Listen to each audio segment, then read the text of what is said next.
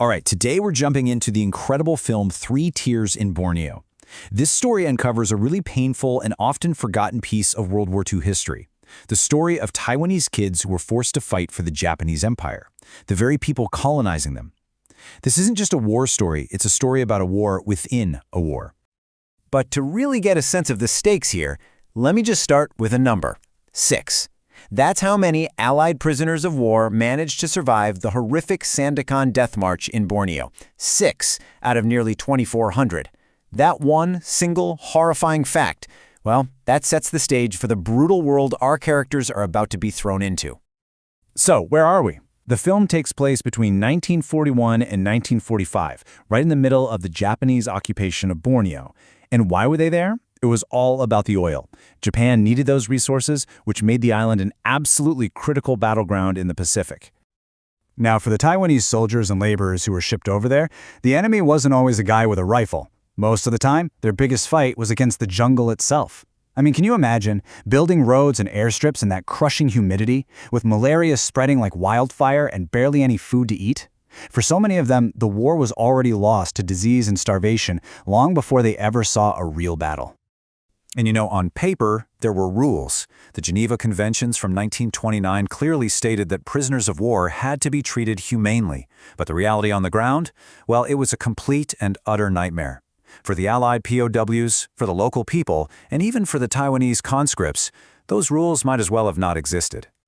So you have this absolutely brutal physical environment. But beyond that, the young Taiwanese men were fighting an even tougher battle.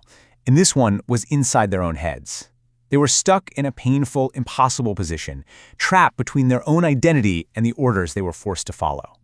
And this really shows you their terrible dilemma. On one hand, they were clearly victims. They were colonized people, forced to fight for an empire that was oppressing them. But on the other hand, they were turned into cogs in the machine.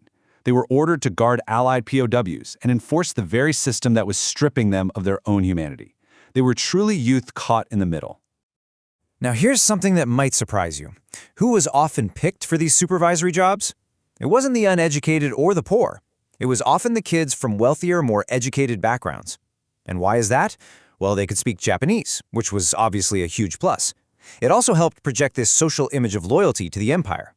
And sadly, some of them had been so indoctrinated that they actually believed in the glory of it all. The film really dives deep into this massive struggle by following the lives of 3 young Taiwanese men. Their fates are all tangled up, and each one of them represents a totally different side of this tragedy. So let's meet our guys. First, we have Chi Wan. He's the educated one from a rich family, and he is just drowning in guilt. Then there's Hui, who's ambitious, he's getting promoted, and he's in this constant struggle between following orders and listening to his conscience. And finally, you have Mutek. He's just a regular guy, and his struggle is a lot simpler, just trying to survive another day.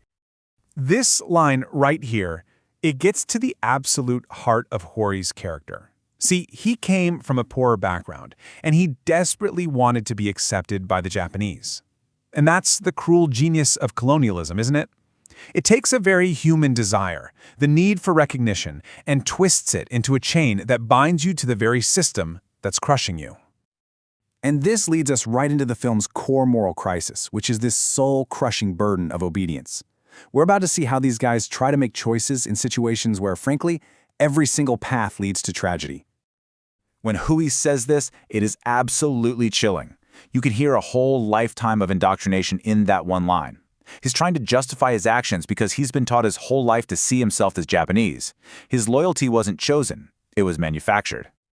But then, just when you think his humanity is totally gone, he whispers this to his friend Chi Yuen.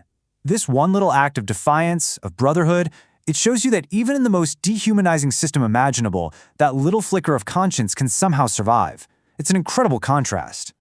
So what this all boils down to is a terrifying concept the film calls institutionalized obedience. It's what happens when the act of just following orders becomes more important than your own moral compass. It's how good people end up becoming part of a violent system, not because they're evil, but because they simply do what they're told. And the results are just devastating. Mu-tae, our everyman, he's just swallowed up by the chaos and killed. Hui, the ambitious one, is executed for following his orders to their terrible conclusion.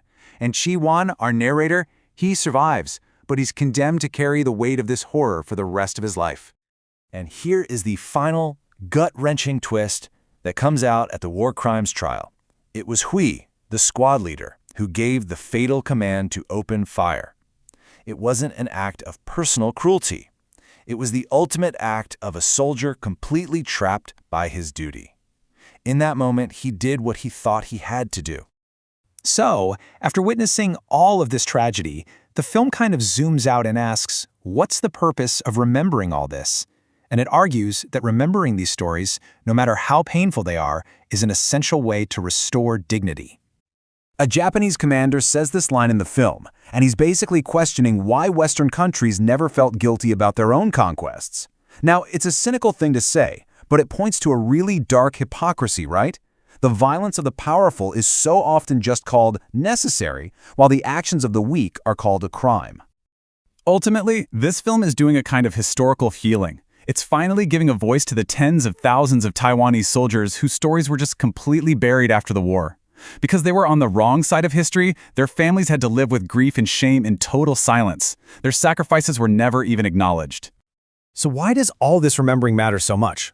Because it takes all that suffering and turns it into awareness. It's a refusal to let these people and their stories be erased. It's not about forgiving war. It's about honoring the victims, all of them, and reminding ourselves that peace is an incredibly fragile thing that was earned through unimaginable pain.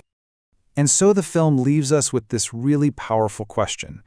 By telling these kinds of stories, by facing the uncomfortable truths of the past, a nation can start to understand itself. And maybe, just maybe, it can begin to heal. It's a reminder that history isn't just about dates and battles. It's about the real human souls who got caught in the current.